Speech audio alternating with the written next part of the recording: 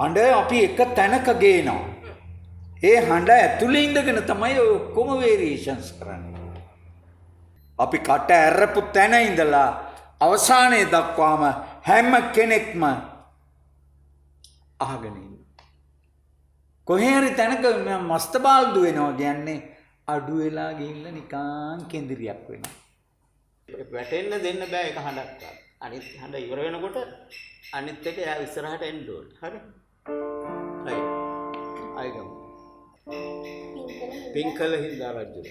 පින්කල හින්දා රජුරු.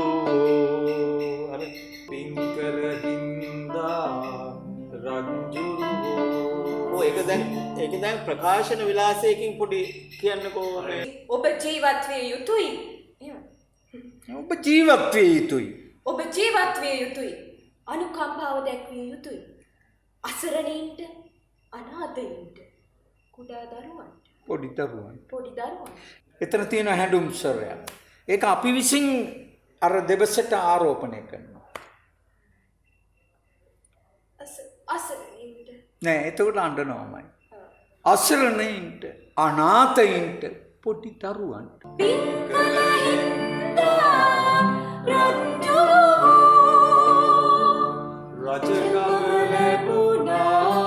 දෙන්න එක්ක එනකොට ඊට වඩා වෙන්න බෑ. දැන් ඔයා දැන් තනියෙන් කියපු එක දෙන්නත් එක්ක එනකොට එන්න ඕනේ ඊට වැඩිපුර. ඒ කියන්නේ හඬ ඊට වඩා පරාසයක් ඒ වොලියුම් එක වැඩි වෙනවා.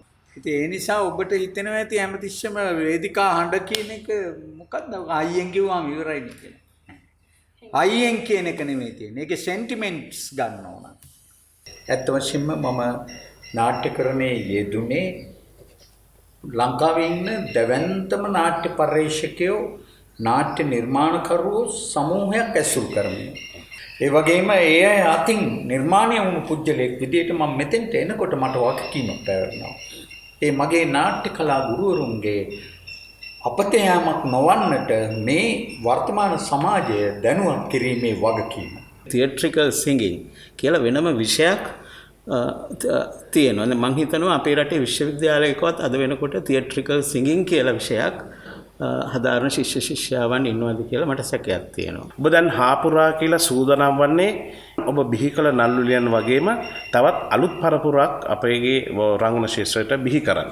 මගේ ළඟට ආපු බොහෝ පිරිස් අවසානයේ ප්‍රවීණයෝ විදියට තමයි සමාජගත වුණේ. වේදිකා නාට්‍ය කලාව ඇතුලේ ඔවුන් ස්ථානගත වුණේ. පැය දෙකක් හරි එක තැන හිටවලා ඒ නළුවා නළුවෙක් නොවේයි කියලා ප්‍රේක්ෂකයෙකුට කියන්න බැරි වෙන තැනට නළුවෙක්ව රඟපාවන්න පුළුවන් හැකියාවක් ධර්මසිරි බණ්ඩාරනායකට තියෙනවා වේදිකාව හැසිරවීමේ. ටැලන්ට් ඒෂියා ආයතනයේ මෙහෙවන රංගකලා ඩිප්ලෝමා පාඨමාලාව දෙසැම්බර් 4 වෙනිදා ආරම්භ කරන්න සූදානම් වෙලා සිටිනවා. ධර්මසිරි බණ්ඩාරනායකයන් සහ කිස්රිමන් ජයසේනන් මේ ප්‍රවීණ කලාකරුවන් දෙපළගේ ප්‍රධානත්වයෙන් තවත් බොහෝ ඇසූ පිරූ තැන් නැති කලාවේ ප්‍රවීණයන් රැසක් ආරාධ්‍ය දේශන සඳහා මෙට සහභාගී වෙනවා.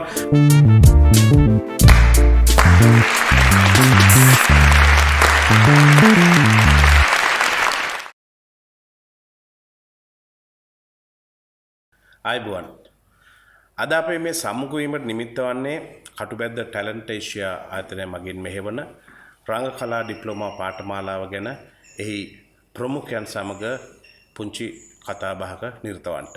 ඒ සඳහා මම ආරාධනා කරා ප්‍රවීණ සිනමාවේදී සහ නාට්‍යවේදී අපි කවුරුත් හොඳින් දන්න ධර්මශ්‍රී බණ්ඩාරනායකයන්ට, ඒ වගේම ප්‍රවීණ නාට්‍යවේදී සහ සංගීතවේදී කිස්රිමන් ජයසේන. ඔවුන් දෙදෙනා තමයි ටැලන්ට් ඒෂියා මගින් මෙහෙවන මේ රංගකලා ඩිප්ලෝමා පාඨමාලාව මෙහෙවන්නේ. අපේ ශාස්ත්‍රයේ බොහෝ දශක ගණනාවක සපිරි අත්දැකීම් ඇති නිර්මාණකරුවන් දෙදෙනෙක්. ඉතින් ඔවුන් සමග අපි දොඩමළු වෙමු මේ පාඨමාලාවේ අරමුණ, නිමිත්ත සහ අනාගතය කොහොමද කියලා. ප්‍රවීණ කලාකරුවෙක් වන ධර්මශ්‍රී බණ්ඩාරනායකයන්. ඔබතුමා දශක ගණනාවක් තුළ සිනමාවේ සහ වේදිකාවේ බොහෝ ඇසූ පිරූ තැන් නැති සම්මානලාභී කලාකරුවෙක්. ඔබතුමාගේ නිර්මාණ තුළින් ලංකාවේ විශිෂ්ට නළුලි පරපුරක් බිහි වුණා. ඔවුන් ලංකාවේ සම්මානලාභී ප්‍රතිභාපූර්ණ රංගන ශිල්පිනියන් බවට පත් වුණා. ඔබ දැන් හාපුරා කියලා සූදානම් වන්නේ ඔබ බිහි කළ නළුලියන් වගේම තවත් අලුත් පරපුරක් අපේගේ රංගන ශාස්ත්‍රයට බිහි කරන්න. ඉතින් මම මුලින්ම ඔබතුමන්ගෙන් දැනගන්න කැමතියි ඔබ ඒ කලාවේ ඒ අතීතයත් එක්ක ඔබ ලැබූ අත්දැකීම්. මම හිතන්නේ පළමුවට තමයි ඔබ පාඨමාලාවකට දේශකයෙක් හැටියට ප්‍රමුඛයෙක් හැටියට සහභාගී වෙන්න ඔබේ දශක ගණනාවක මේ කලාවේ අත්දැකීම් එක්ක. ඉතින් ඔබේ අතීතයත් එක්ක මේ දක්වා පැමිණි ගමන ගැන අපේ පාඨමාලාවට සහභාගී වෙන්න කට්ටිය දැනුවත් වෙන්නත් එක්ක කතා බහ කරොත් දර්ශනත් මේ මම හිතන්නේ මම මේ සම්බන්ධතාවය ගොඩනැගෙන පළවෙනි වතාව මම එතෙක් නාට්‍ය පාඨමාලා වලට සහභාගී වෙලා නැහැ, දේශන වලට සහභාගී වෙලා තියෙනවා. අධ්‍යක්ෂින් සහිත පුද්ගලෙක් වශයෙන් මගෙන් ඒ කටයුත්ත ඉටුවිය යුතුයි කියන කිසියම් හැඟීමක් මා තුළ මේ දිනවල නිතර රෝපණය වෙලා තියෙනවා. ඉතින් මම හිතුවා ඒ නිසා මේ නාට්‍ය කලාව පිළිබඳව අධ්‍යක්ෂින් ලත් පුද්ගලෙක් විදියට මම ඒක ප්‍රකාශ කළ යුතුයි කියලා.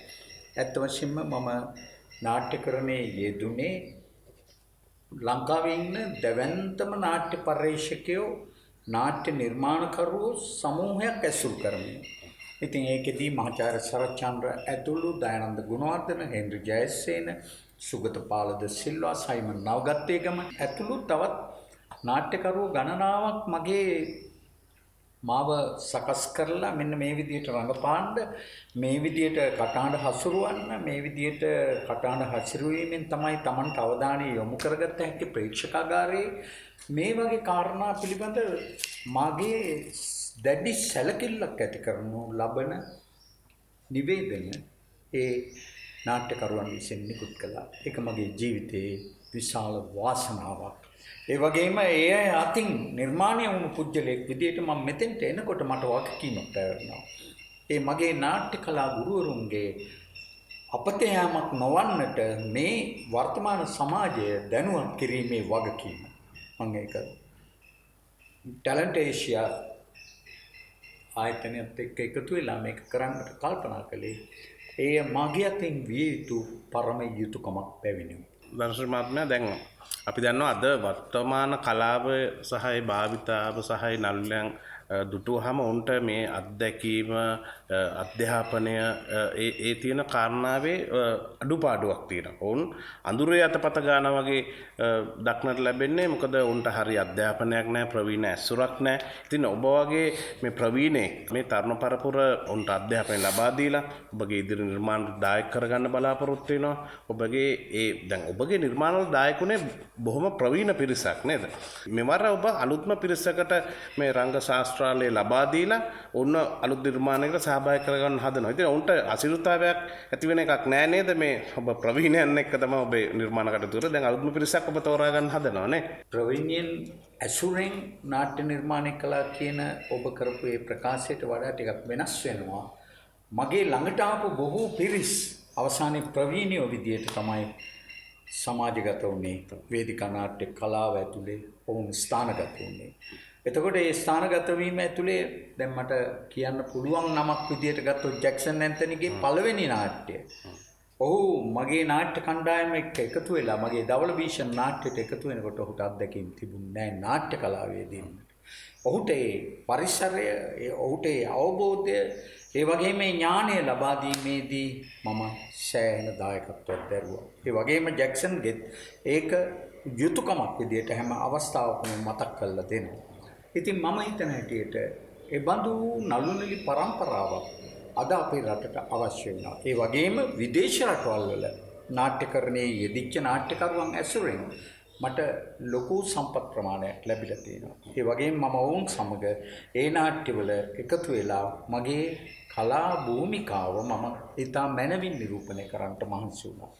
ඉතින් මේක ඇත්ත වශයෙන්ම නාට්‍යකරුවෙක් වශයෙන් මට සතුටු වෙන්න පුළුවන් කාරණා. මම නාට්‍යකරුවෙක් ඒ වගේම මම සිනමා කරුවෙක් වශයෙන් මේ සමාජගත වීම සිද්ධ වුණා. ඒකෙදිත් මගේ අතින් චිත්‍රපටි 5කට වැඩි ප්‍රමාණයක් දැනුණා. ඒ චිත්‍රපටි 5ම ලංකාවේ හැම කෙනෙක්ම වගේ නරඹලා තියෙනවායි කියන එක මට ලොකු සතුටට කාරණාවක්. සම්බන්ධ වෙන්න බලාපොරොත්තු වෙන ආධුනිකයන්ට ටැලන්ට් ඒෂියා ආයතනයේ මෙහෙවන රංකලා ඩිප්ලෝමා පාඨමාලාව දෙසැම්බර් 4 වෙනිදා ආරම්භ කරන්න සූදානම් වෙලා සිටිනවා. ධර්මශ්‍රී බණ්ඩාරනායකයන් සහ කිස්රිමන් ජයසේනයන් මේ ප්‍රවීණ කලාකරුවන් දෙපළගේ ප්‍රධානත්වයෙන් තවත් බොහෝ ඇසූපිරු තැන් නැති කලාවේ ප්‍රවීණයන් රැසක් ආරාධ්‍යේශන සඳහා මෙට සහභාගී වෙනවා. මම හිතන්නේ අපිනුත් ගොඩක් විමසීම් කරනවා මේ පාඨමාලාව ආධුනිකයන්ට සම්බන්ධ වෙන්න පුළුවන්ද, ප්‍රවීණයන්ට විතරද පුළුවන්, පාඨමාලාව කොහොමද කෙරෙන්නේ, වගේ ප්‍රශ්න ගොඩක් තියෙනවා. මම හිතන්නේ මේ ටැලන්ට් ඒෂියා ආයතනය ප්‍රථම වරට සුවිශාල සමාජමය කාර්යභාරයකට මුල පුරනවා. මේ වගේ ප්‍රවීණයෝ සම්බන්ධ වෙලා මේ ආධුනිකයන්ට රංගනයේ නිරත වන්නේ හරියාකාරව කෙසේද කියන එක ප්‍රායෝගික සහ න්‍යායිකව ඉතා හොඳ සැලැස්මක් ඇතුලේ පාඨමාලාවක් ආරම්භ කරන සූදානම් වීමේ වර්තමානයේ කලාවේ නිරතව සිටින නිර්මාණකරුවන්ගේ නැගෙන මැසිවිල්ලක් තමයි Tamanගේ නිර්මාණ සඳහා පුහුණු නළුලියන් නැහැ කියන එක. එක්ක පෙනුම තියෙනකොට ඔළුව නැහැ. නැත්තම් හරි දෙබසක් කියව ගන්න බෑ.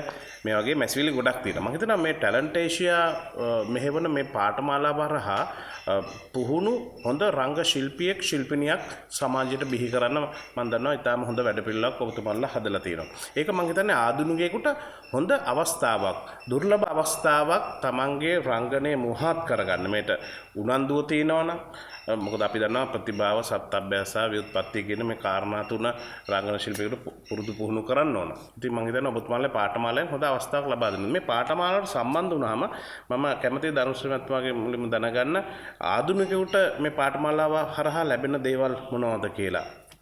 මම හිතන්නේ මමත් පහු කරලා තියෙන ඔය ආධුනික කියන කාල පරිච්ඡේදය. දැන් මම ප්‍රවීණ අධ්‍යක්ෂකවරයෙක් මාව නාට්‍යයට තෝරගත්තා. ඒ හෙන්රි ජයසේන. එතුමා මුවට කතාව කළාට පස්සේ මකරා කියලා නාට්‍යයක් කළා. ඒ නාට්‍ය කරනකොට එහි ප්‍රධාන චරිතයට මාව තෝරගත්තා. ඉතින් ඒක මට ජීවිතයේ ලැබුණු ලොකුම වාග්යමත් අවස්ථාවක්. මම ඒ අවස්ථාව අපතේ ඇරියේ නෑ. හෙන්රි ජයසේන මහත්මයාගේ නාට්‍යයට සම්බන්ධ වෙච්ච තැන ඉඳලා මට ලොකු ශක්තියක් ආඩම්බරයක් ඇති වුණා. මොකද එතුමාව ලේසියෙන් තේරුම් අරගෙන නාට්‍යයක යෙදෙන්න බෑ. එතුමා ළඟ තියෙන දැනුම ලබා ගැනීම සඳහා මම සූදානම් විය යුතුයි. ඒ සූදානම සඳහා මගේ කය, මගේ හඬ, ඒ වගේම මගේ සියලුම නිරූපණ කලාවන් මම ඒක භාවිතයට ගත යුතු වෙනවා. ඒ භාවිතයට ගැනීම සඳහා මම සූදානම් වෙනකොට හෙන්රි ජයසේන මහත්මයා මට ලබා දීපු ගුරුහරුකම් මට මහත්සේ ප්‍රයෝජනවත් වුණා. ඒ මකරා නාට්‍යයේ ලාන්ස්ලොට් චරිතය නිරූපණය කිරීම. ඇත්ත වශයෙන්ම මම සඳහන් කරන දෙයක් තමයි හැම තැනකදීම ලාන්ස්ලොට්ගේ චරිතය නිරූපණය කරන්නට මට ඉඩ දීලා මාව අභිෂේකයට පත් කළේ හෙන්රි ජයසේන. ඒ වගේමයි දයානන්ද ගුණවර්ධන, ඒ වගේමයි සයිමන් නවගත්තේකම, ඒ වගේමයි සුගතපාල ද සිල්වා. මේ නාට්‍යකරුවෝ ලංකාවේ ප්‍රධානම පෙළේ නාට්‍යකරුවෝ. ඔවුන්ගේ නාට්‍යවලට සම්බන්ධ වුණාම මට ඒ දැනුම ලබා ගැනීමේ හැකියාව ලැබුණා. ඉතින් මම හිතන හැටියට මේ නාට්‍ය කණ්ඩායමට එකතු වෙන්න කල්පනා කරන යම් අය සිටිනවා නම් අපිත් සමග එකතු වෙලා මේ නාට්‍ය කලාවේ අයන්නේ ඉඳලා කියවලා තමන්ගේ පෞරුෂත්වය වර්ධනය කරගන්න. හොඳ නළුවෙක් කියන්නේ හොඳ හඬක් තියෙන මිනිස්සෙක්. හොඳ හඬක් කියන්නේ ඒක විනිවිද යන හඬක් ඔහු සතුව තිබිය යුතුයි. හොඳ වේදිකා නළුවාගේ හඬ අසා සිටින්නට ඉතාම කැමැත්තෙන් ප්‍රේක්ෂකයෝ බලාපොරොත්තුවෙන් ඉන්නවා ඒ නළුවා දකින්නට. ඒ දකින්න නළුවා තුළින් තමන්ට ලොකු උත්තේජනයක් ලැබෙනවා. මේ උත්තේජනය ලබා දීම සඳහා අපි අභ්‍යාසවල නිරත වෙනවා. ඒ අභ්‍යාසකරණයට එකතු වන්නට කියලා මම මේ අලුතෙන්ම එකතු වෙන පිරිසට ආරාධනා කරනවා. ඔබ ඒ ආරාධනාව පිළි අරගෙන මේ කණ්ඩායම සමග සම්බන්ධ වන්න. එතකොට ඔබට මාහැඟි ඵලයක් ලබා ගත හැකි හොඳ නළුවෙක් වන්නට.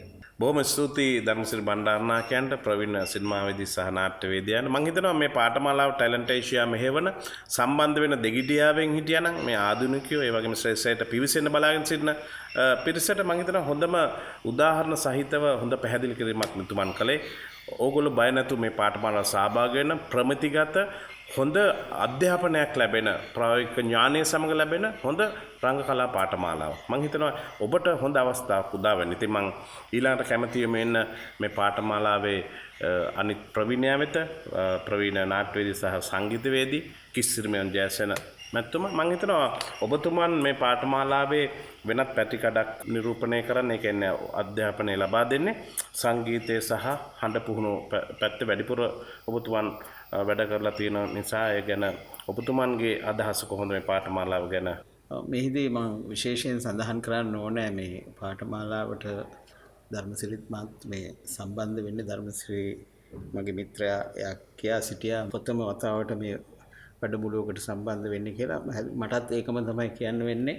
මමත් ප්‍රථම වතාවට තමයි වැඩමුළුවකට මෙහෙම සහභාගී වෙලා මගේ කෞශල්‍ය අනිත් අයට බෙදා දෙන්න උත්සාහ කරන්නේ.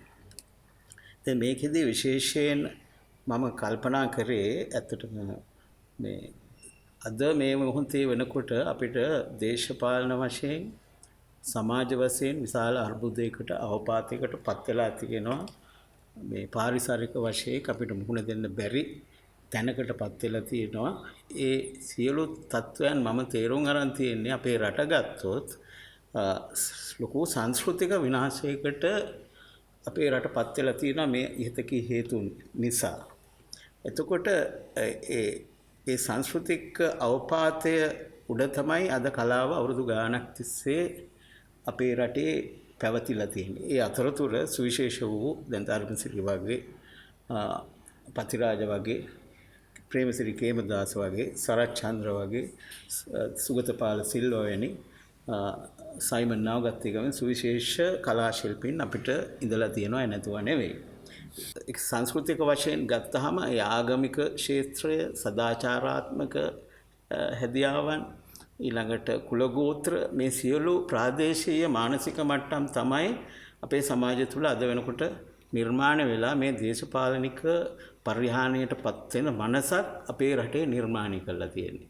ඒතකොට ඒකට වගකිය යුතු පළමුවෙනි පුජ්‍යලයන් බවට මම හිතනවා පත් වෙන්නේ අපේ රටේ හිටපු විද්වතුන්, පූජකවරුන්, හිමිවරුන් එවැනි අය තමයි මේ රට මේ මානසික තත්ත්වය මේ සමාජයට යොමු කරපු එහෙම නැත්නම් මේක බෙදා දුන්න අය හැටියට මම දකින්නේ. ඒගොල්ලන්ගෙන් වෙච්ච ඒ විනාශය තමයි අද මේ නව පරපුරක් විනාශ වෙලා තියෙනවා කියන එක මම දකින්නේ.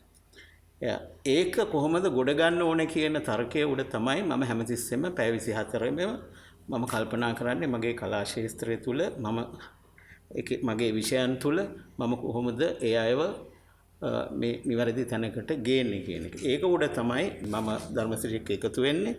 ඒ හැඩය ඒ කලාත්මක හැඩය නාට්‍ය කලාව තුළින් කොහොමද සමාජගත කරන්න කියන එක.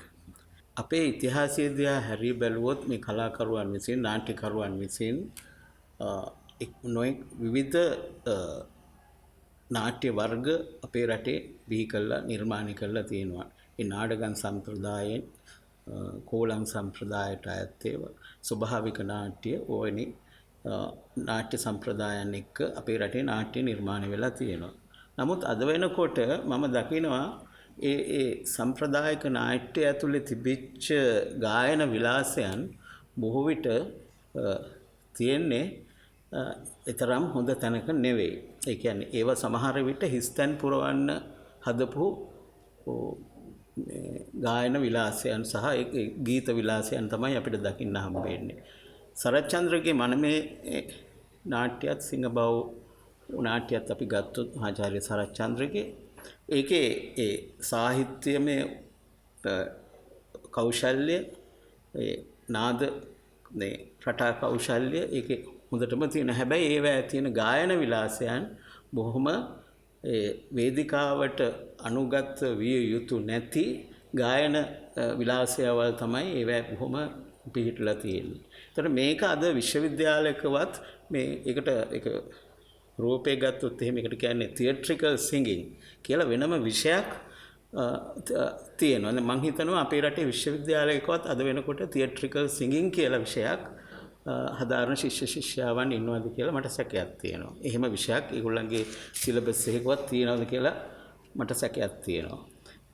එතකොට ඒක වෙනුවෙන් මට මේ වැඩමුළු ඇතුලේ කරන්න පුළුවන් මගේ කෞශල්‍ය කොහොමද මම ඒක අනිත් අයට බෙදා දෙන්නේ කියන එක තමයි මම මේ වැඩමුළුවේදී උත්සාහ කරන්නේ. ඒකෙදි දැන් ධර්මසිරි ගත්තොත් ධර්මසිරිට පුළුවන් වේදිකාවේ නළුවෙක් මම තාම බය නැතුව කියනවා පැය දෙකක් හරි එක තැන හිටවලා ඒ නළුවා නළුවෙක් නොවේ කියලා ප්‍රේක්ෂකයෙකුට කියන්න බැරි වෙන තැනට නළුවෙක්ව රඟපාවන්න පුළුවන් හැකියාවක් ධර්මසිරි බණ්ඩාරනායකට තියෙනවා වේදිකාව හැසිරවීමෙන්.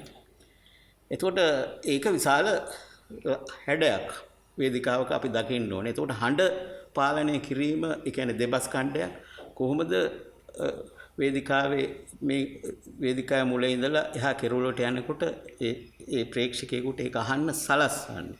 අද තාක්ෂණය ඕන තරම් තියෙනවා තමයි. නමුත් නළුවෙකුට ඒ හැකියාව නොමැති නම් ඔහුට වේදිකාවේ නිකන් පරණඩයක් වගේ චරිතයක් බවට පත් වෙන්න තියෙන. ඒ වේදිකාවේ අද අපිට දකින්න තියෙන බොහොම පරණඩල් මේ සුවිශාල ගස් හැටියට පිහිටවන්න පුළුවන් වුණ පුජ්‍යලයක් තමයි වේදිකා නාට්‍ය කලාවේ ධර්මසිරි බණ්ඩාරනායක. එතකොට මම මේ මගේ ඉස්සරහා තියාගෙන ධර්මසිරිට ආවඩනවා හරි මොකක් හරි ප්‍රශ්නයක් නෙවෙයි. ඒ ඔහුගේ විසින් කරපු ඒ නාට්‍ය කීපයක අපි දැකපු ඒ පරිචය ඒක ලේසි පහසු දෙයක් නෙවෙයි. ඉතින් ඒ වගේම තමයි දැන් ගායනයේ පැත්තේ ගත්තොත් වේදිකා ගායන දැන් conversational singing කියන එක. අපේ වේදිකාවේ එහෙම ඒවා දකින්න හම්බෙන්නේ නැහැ. දැන් ප්‍රේමසිරි කේමදාස වගේ විශේෂ සංගීතඥයෙක් ඒක උත්සාහ කරා ඒක ඔපෙරාවකට අරගෙන යන්න. නමුත් ඒවත් අපිට දකිය යුතු ඒ කියන්නේ ඒක ඒ ආකාරයෙන්ම සැලකන්න බැරි ඔපෙරාවක් හැටියටම සලකන්න බැරි තත්වයන් ඒ නාට්‍ය නිර්මාණවලත් තියෙනවා. ඒ වුණාට ඒව කේමදාස වැනි සංගීතඥයෙක් උත්සාහ කරා එතෙන්ට මේක අරගෙන යන්න.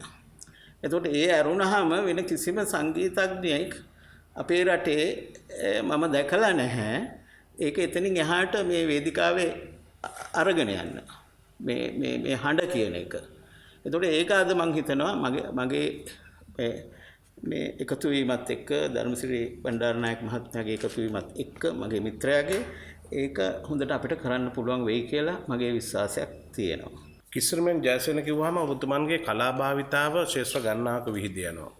වේදිකා නාට්‍ය කලාව, සංගීතය, චිත්‍රය, කවිය, නවකතාව මේ ආදී විශේෂයෙන් ගණනාවක. ඉතින් ඔබතුමා කාලයක් විදේශගත වෙලා ඉඳලා ලංකාවට ඇවිල්ලා ඔබතුමා මේ කලාව වෙනුවෙන් අපූර්ව ස්ථානයක් ගොඩනගනවා. මේ ටැලන්ට් ඒෂියා කියලා කලාකරුවන් වෙනුවෙන් ඉතාම හොඳ පරිසරයක් හදලා දීලා ඔවුන්ට ඔවුන්ගේ නිර්මාණ කටයුතු කරන්න පරිසරයක් හදලා දුන්නා.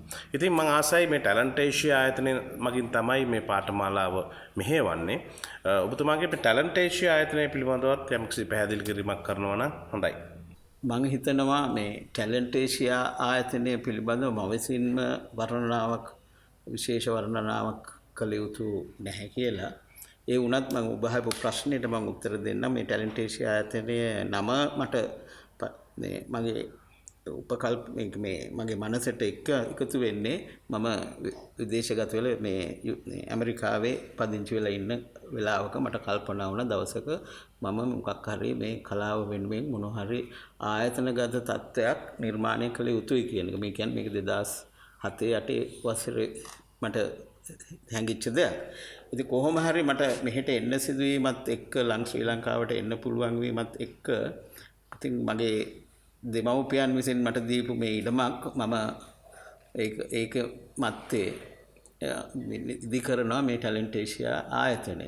ඉතින් ඒක මම ඇත්තටම මට ඒ සල්ලි වලින් මගේ ගාව තිබුණ මුදල් වලින් මම ෆ්ලැට් එකක් හරි මහල් ගෙවල් කීපයක් හරි හැදුවා නම් මට ඇත්තටම මීට වඩා බොහොම හොඳින් මේ ගයක් හදාගෙන ජීවත් වෙලා ඉන්න තිබුණා. නමුත් මම ඒක කරේ නැතුව මම අද සන්තෝෂ වෙනවා මට මෙහෙම ආයතනයක් පොඩියට හරි ගොඩනගන්න පුළුවන් වීම පිළිබඳව. අද වෙනකොට සෑහෙන ශිල්පීන් සංඛ්‍යාවක්, කලාකරුවන් සංඛ්‍යාවක් මේ ටැලන්ට් ඒෂියා ආයතනයේ තරුණ තරුණියෝ සංඛ්‍යාවක් මේක ඇසුරු කරනවා. ඉතින් මේක මට දවස් 30 පුරා පැය 24 තිස්සේම මම මේ වෙනුවෙන් මම මහන්සි වෙනවා. ඉතින් මට මෑතකදී හම්බෙච්ච මේ ප්‍රධාන චරිතය තමයි ධර්මසිරි බණ්ඩාරනායක. අපි දෙන්න ඊට ඉස්සර අවුරුදු 30කට විතර ඉස්සෙල්ලා මිත්‍රයෝ හැටියට හිටියා. නමුත් අපි දැන් නැවත වරක් අපි හම්බ වෙන්නේ මේ ටැලන්ට් ඒෂියා එකත් එක්ක සම්බන්ධ වීම ඇතුලේ. එතකොට ඒක ඇතුලේ අපි නිකන් චරිත හැටියට ජීවත් වෙලා වැඩක් නෑ. මම මාත් එක්ක සම්බන්ධලා ඉන්නවා වසන්ත වක්කුඹුර, දුමින්ද, ඊළඟට තක්ෂිල ලංකාතිලක, ඊළඟට දමිත් අසංක, යසු විජේසිංහ ඒ ගායන වලින් සහ දමිත් ගායන වලින් සම්බන්ධ වෙලා තියෙන තවත් මේ තරුණ තරුණිය ගොඩාක් මේක ඇතුලේ ඉන්නවා නාට්‍ය කලාවට සම්බන්ධ වෙච්ච සංගීත කලාවට සම්බන්ධ වෙච්ච.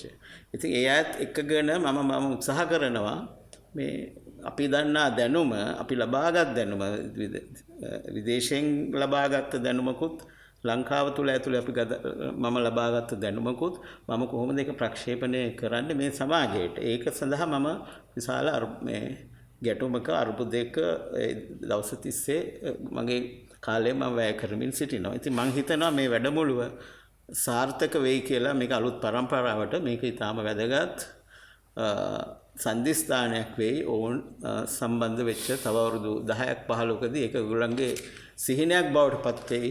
මම හිතනවා අපේ මේ ටැලන්ට් ඒෂියා නාට්‍ය කලා හා රංග කලා හා වැඩමුළුව. ටැලන්ට් ඒෂියා ආයතනය මගින් මෙහෙවන රංග කලා ඩිප්ලෝමා පාඨමාලාවට ඔබ දෙපළ ප්‍රවීණයන් හැටියට ආරම්භකයන් සහ ප්‍රමුඛයන් හැටියට වැඩ කරද්දී ශාස්ත්‍රයේ ප්‍රවීණතම කලාකරුවන් පිරිසක් ආරයිත දේශකයන් සම්පත්දායකයන්ට සම්බන්ධ වෙනවා. මම කැමති ඒ පිළිබඳව ඔබතුමාගෙන් දැනගන්න. කවුද ඒ ආරයිත දේශකයන් කියලා?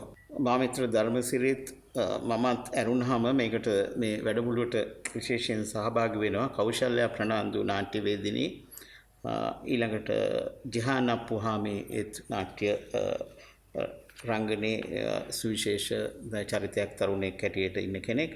ඊළඟට අපිට විචාරකෙක් හැටියට ප්‍රියදර්ශන මැද්දවත්ත සමාජ විචාරකයෙක්, දේශපාලන විචාරකයෙක්, නාට්‍ය හා කලා රංග කලා පිළිබඳ කතා කරන්න පුළුවන් ප්‍රියදර්ශන මේකට සම්බන්ධ වෙනවා. ඊළඟට රංග මනෝප්‍රිය කතිකාචාර්ය සෞන්දර්ය කලා විශ්වවිද්‍යාලයේ මේ මොරටුව විශ්වවිද්‍යාලයේ කතිකාචාර්යවරයෙක් හැටියට වැඩ කරනවා. ඊළඟට නිපුණි ශාරදා කතිකාචාර්ය සෞන්දර්ය විශ්වවිද්‍යාලය මේකේ මේ අපේ සම්පත්දායකයෙක් හැටියට එනවා. ඊළඟට හර්ෂිකා රත්නායක යත් නාට්‍යවේදී නර්තන වේදිනියක් යත් මේකට සම්බන්ධ වෙනවා. ඊළඟට සුබුද්ධි ලක්මාලි යත් නර්තන වේදිනියක් ගායිකාවක් යත් මේකට සම්බන්ධ වෙනවා. ඊළඟට යසෝදා විජේසිංහ එයා මේ මෙතන මේ ආයතනයේම ගොඩක් වෙලාවට එයා වැඩ කරන කෙනෙක්. එයා මේකට සම්බන්ධ වෙනවා. මේ ගායිකාවක් හැටියට නාට්‍ය වැඩමුළුවේ සහකාරියෙක් හැටියට. ඊළඟට අපිට හම්බ වෙනවා මේ අපිට උදව් කරනවා මේ සියලු දේවල් කළමනාකරණය කරගන්න මට හම්බෙච්ච ලොකුම චරිතයක් තමයි මේ වසන්ත වක්කුඹුර. වසන්ත වක්කුඹුර මේ ටැලන්ට් ඒෂියා ආයතනයේ මේ අන්තර්ජාල මේ කියන්නේ වෙබ්සයිට් එක නිර්මාණය කරලා තියෙන්නේ ඔහු විසින්. ඊළඟට ඒකේ ඇතුලේ සිද්ධ වෙන්න ඕනේ සියලුම දේවල් එයා තමයි ඒක බලා කියාගන්නේ.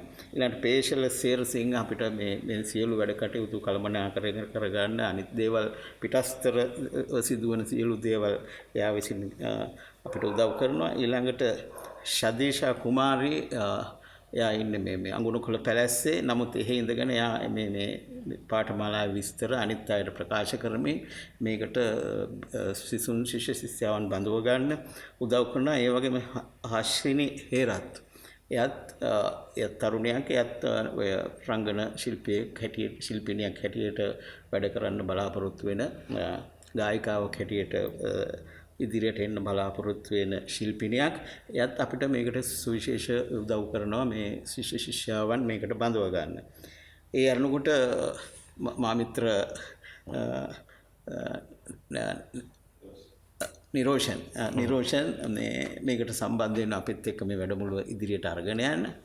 ඉතින් අපි මේ සියලු දෙනාම ඊළඟට තව ඉන්නවා අපිට ශ්‍රීනාත් ද සිල්වා, ඊළඟට දුමින්ද, ඊළඟට තක්ෂිල ලංකාතිලක. එයා ගිටාර් වාදනයෙන් අපිට බොහෝම දේවල් අපිට මම සමහර වෙලාවට මම තක්ෂිලගෙන් ඉගෙන ගන්නවා මේ සංගීතය පිළිබඳ සමහර දේවල් ඒ තියෙන සුවිශේෂතාවන්.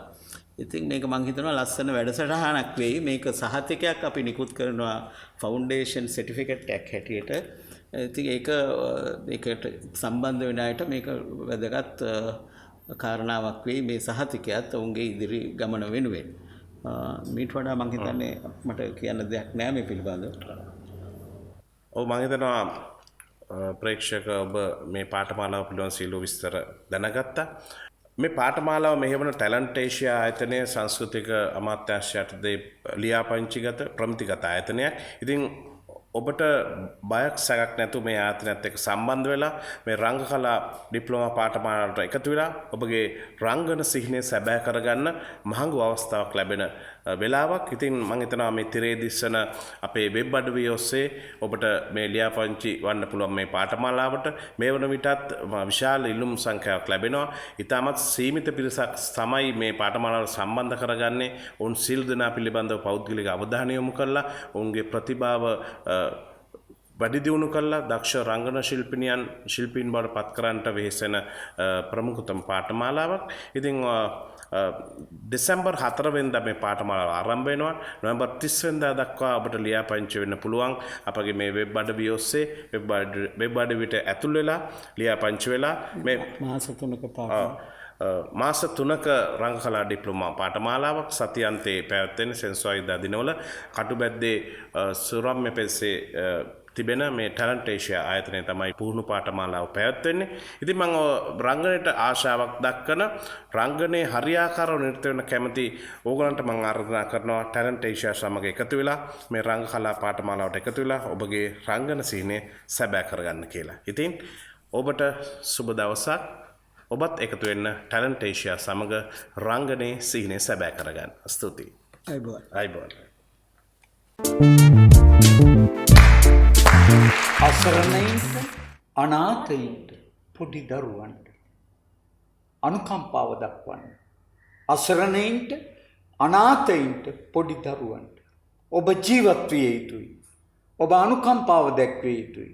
අසරණයින්ට අනාථයින්ට පොඩි දරුවන්ට. ඒක මැසේජ් එකක්. බලන්න උත්සාහයක දෙන්න. ඒක එහෙම වුණාට කමක් නැහැ. අදහස තියෙනවනේ. අනුකම්පාව දක්වන්න අසරණයින්ට අනාථයින්ට පොඩි දරුවන්ට.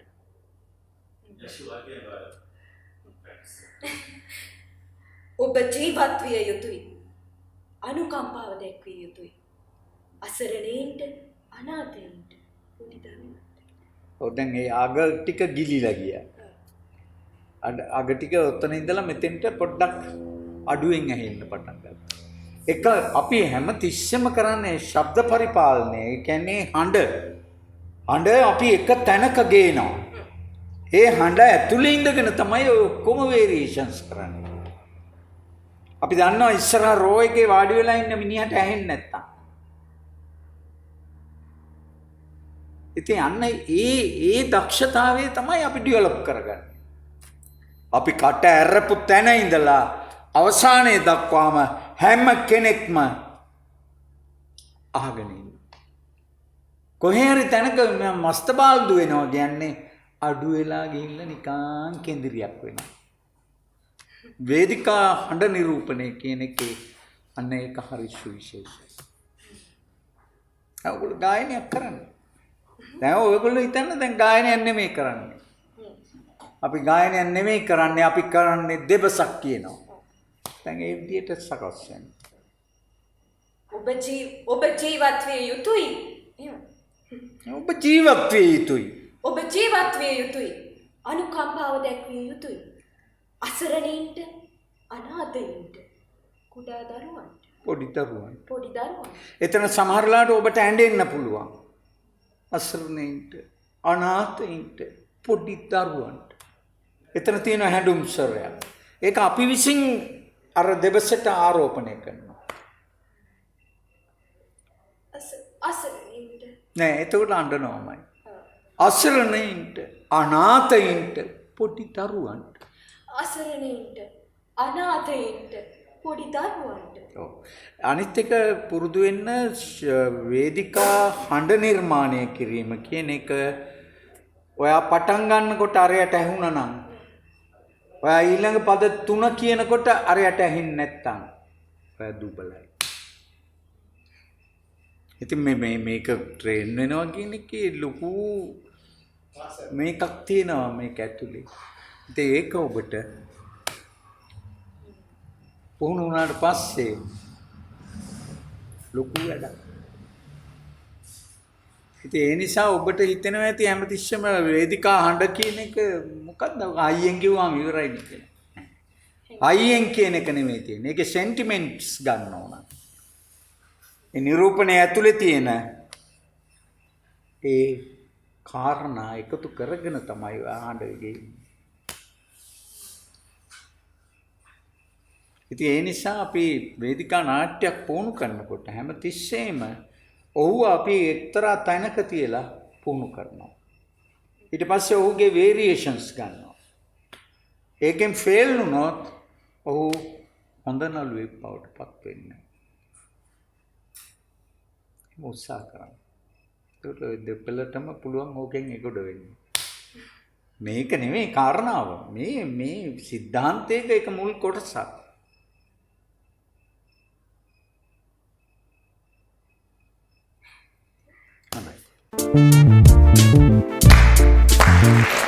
මේක පටන් ගන්නකොට මේක දැන් අපි කතා කරන්න යන්නේ මේ අලුතෙන් අපි කරන වැඩමුළුවේ අපි කතා කරන්න යන්නේ තියට්‍රිකල් සිංගින් කියන ඒ විෂය කොහොමද අපි තේරුම් ගන්න කියන උත්සාහ කරන්නේ. එතකොට එතෙන්දී ඒක අපි කියනවා කොන්වර්සේෂනල් සිංගින් කියලා. ඒ කියන්නේ මේක අපි තව කාට හරි ප්‍රකාශ කරනවා දෙබස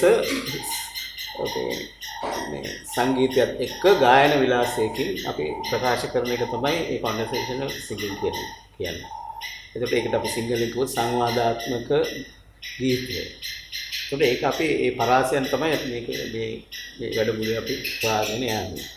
දැන් මේකේ නාට්‍යයේ ඔය මුසිල කියන නාට්‍ය මම ලියලා ඔකේ පොඩි ගීතයක් තමයි අපි අද ගායනා කරන්නේ. ඒකේ තියෙන ඒ විශේෂතාවය තමයි මේ රජ්ජුරුවෝ මේ එයාගේ කණ්ඩායමක් එවනවා මුසිල ඉන්න තැනට මේ සංගීතය කර ඉන්න තැනට එයා ගීත ගායනා කර ඉන්න තැනට මේ මුසිලව රජමාලිගාවට අල්ලගෙන යන්න ඩිටෙක්ටිව්ස්ලා වගේ ඒගොල්ලන්ගේ රාජපුරුෂයෝ වගේ ඒ ගම්මානයට එවනවා. එවනකොට ඒකේ තියෙන ඒ රජ්ජුරුවන්ට තියෙන ප්‍රතිවිරෝධය ප්‍රකාශ කරන්න තමයි මේ මුසිලගේ කණ්ඩායම මෙතෙන්දී මේ ගීතය වෙන හැඩයකින් ගායනා කරන්නේ. ඒකේ තියෙන උපහාසය තියෙනවා. ඒකේ තියෙනවා සංවාදාත්මක හඬ තියෙනවා. ඒකේ තියෙනවා ඊළඟට ඒක සාකැස්ටික් කිව්වොත් ඒකේ තියෙන උපහාසය කියන එක බොහොම නිකම්ම උපහාසයක් නෙවෙයි. ඊට වඩා බොහොම මේ තීව්‍ර වෙච්ච එහෙම නැත්නම් ඒක වෙනත් තලයකට ගෙනියන්න පුළුවන් උපහාසයක් මේක ඇතුලේ තියෙනවා. ඒ උපහාසයක් දැනෙන්න ඕනේ අපි මේක ගායනා කරන්න. එතකොට දැන් මේකේ මේ මුසිලගේ කණ්ඩායම කියන මේ ගායන තමයි මේක ඇතුලේ තියෙන්නේ. ඒක කියනවා පින්කල හින්දා රජුරෝ රජකම ලැබුණාලු වැස්ස වැටෙන්නේ ඉඳ හිටලා ඒ පින් මහිමෙන්ඩු. ඒ කියන්නේ මිනිස්සු හිතන්නේ මේ දැන් ඒ රටේ මිනිස්සු බෝඩයි. ඒ කියන්නේ මිනිස්සු හිතාගෙන ඉන්නේ රජුරුවන්ගේ මේ මහිමෙන් තමයි එයාගේ පින්වල මහිමෙන් තමයි වැස්ස වැටෙන්නේ කියලා. ඉතින් ඒ වගේ එක අද යුගයටත් මම හිතන්නේ මේ කියන දේ හරි. ඉතින් අපි ඒක කොහොමද ඒ උපහාසාත්මක විදිහට ඒ සංවාදාත්මක විදිහට මේ ගායනය සිද්ධ කරන්නේ. එතකොට ඒකට ඕන කරන හඬ පරාසය කොහෙට යන්න ඕනේද? ඒක කොතනින් නවතින්න ඕනේද කියන එක අපි මේ කල්පනා කරනවා. දැන් අපි බලමු. දැන් මේකේ තියෙන්නේ මොකද්ද යෂු? පින්කල හින්දා රජු. පින්කල හින්දා රජුරු අර පින්කල හින්දා රජුරු පින්කල හින්දා රජුරු. ඒක දැන් ප්‍රකාශන විලාසයකින් පොඩි කියන්නකෝ මේ පින්කල හින්දා රජුරු රජකම ලැබුණාලු රජකම ලැබුණාලු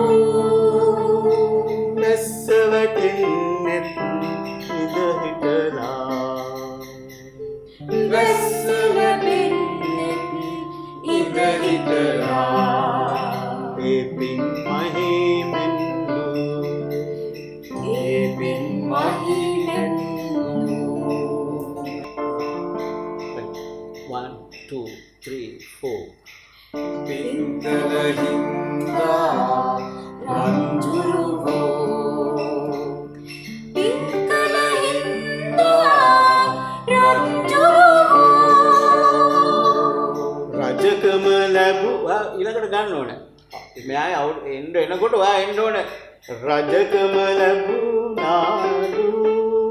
එමෙන්න. ඒ කියන්නේ දැන් මේක කොන්වර්සේෂනල් සංවාදාත්මක ගතිය අපි දැන් ඇඩ් කරන්නේ නැහැ. නමුත් ඒ හඬේ තියෙන්න ඕනේ. හරිද? ඒක කොයි වෙලාවකවත් අමතක කරන්න බෑ. වැටෙන්න දෙන්න බෑ ඒක හඬක්වත්. අනිත් හඬ ඉවර වෙනකොට අනිත් එක එයා ඉස්සරහට එන්න ඕනේ. හරි? හරි. I go. 1 2 3 4 පිංගල හින්දා රංජුරුවෝ පිංකල හින්දා රංජුරුවෝ රජකම ලැබුණාලු දැන් දෙන්න එක්ක එනකොට ඊට වඩා වෙන්න බෑ. දැන් ඔයා දැන් තනියෙන් කියපු එක දෙන්නත් එක්ක එනකොට එන්න ඕනේ ඊට වැඩිපුර. ඒ කියන්නේ හඬ ඊට වඩා පරාසයක් ඒ වොලියුම් එක වැඩි වෙනවා. හරි? 1 2 3 4 පිංගල හින්දා රංජුරුවෝ පිංකල හින්දා රංජුරුවෝ රජකම ලැබුණාලු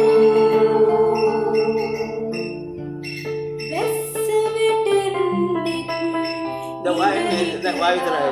හරි වා විතර. රස වැටෙන්නෙත් වා මෙයාට කියනවා කියලා හිතන්නකෝ. දෙන්න තමයි මේ සංවාදයේ සිද්ධ වෙන්නේ කියලා දැනට හිතන්නකෝ. අපි දැන් එහෙම නෙමෙයි මේ නාට්‍ය වෙන විදිහකට වෙයි. හරි බලමු. ආයෙත් දැන් ඔක පොතම අල්ලගෙන ඉන්න එපා. පොත ඔක පොඩි වචන ටිකක් තියෙනවා. හරි බලමු. හරි. right. 1 2 3 4 පිංගල හින්දා රංජුරුවෝ පිංකල හින්දා රංජුරුවෝ රජකම ලැබුණාලු වැස්ස වැටෙන්නෙත් ඉඳ හිටලා ඒ පින් මහිමෙන් ඒක දැන් මේක කියන්නේ පොඩි පිනක් ගන්නනේ කියන්නේ. ඒකකොට පොඩි භාවනාත්මක ඒ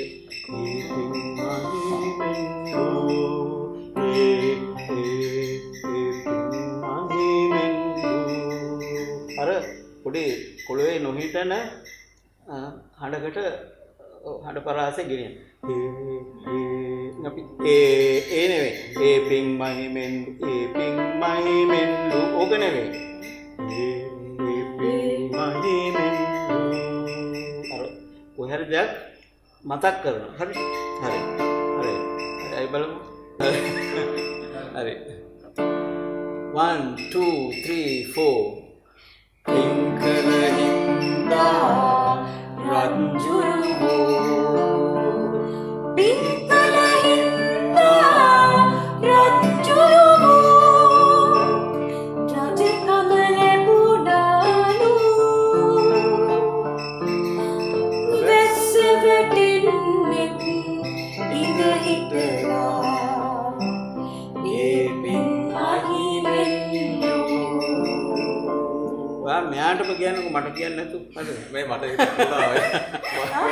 පැන්නුනා අර මේක 3 4 පිංගල හින්දා රංජුරුවෝ පිංකල හින්දා රංජුරුවෝ රජකම ලැබුණාලු වැස්ස වැටෙන්නෙත් ඉඳ හිටලා ඒ පින් මහිමෙන් ඊට පස්සේ ආයෙත් එදාට ගෙම්බෝ සතුටින් එදාට ගෙම්බෝ සතුටින් නිපිරි බක බක ගෑවලු නිස්මෙන කොට එකා එළියට ඇදුනාලු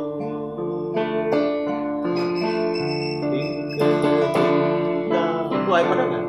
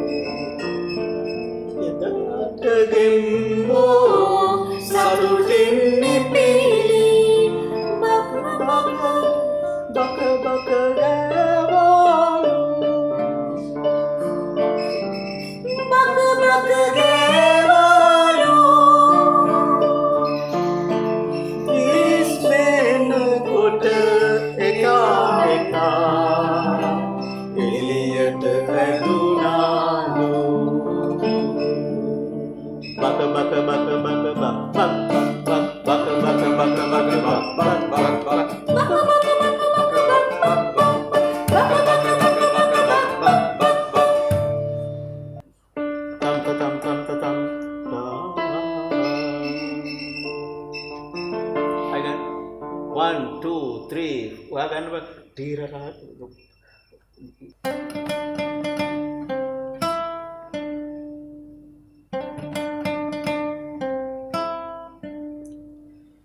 Tingkating udah balana gemba.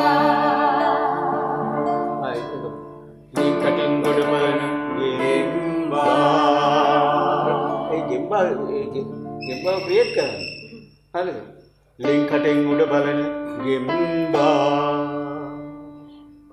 ලින්කටින් උඩ බලන ගෙම්බා Wah ini ada ini. Gemba. Oh, gemba. nah, wah gemba nah itu. Ini bener. Nih, tingkating udah balana gemba. Tingkating udah balana gemba. Nah, tahu putar? Gemba. Right. Bayanan tuh kan? Halo. 1, 2, 3, 4. Tingkating udah balana gemba. Ini gemba urutan gembek නෙමෙයි. හරිද? ඒ කියන්නේ ඔයගොල්ලෝ කියන්නේ gemba. ඒක නෙමෙයි. ලින්කටින් උඩ බලන gemba. තේරෙනවද? ඔව් 1, 2, 3, 4. Tingkating udah balana gemba. Nah, ini බලන්නකෝ රේසු. ලින්කටින් උඩ බලන gemba. හරි. ලින්කටින් උඩ බලන gemba. දැන් චේන්ජ් වෙනවා. අහස දකින්නේ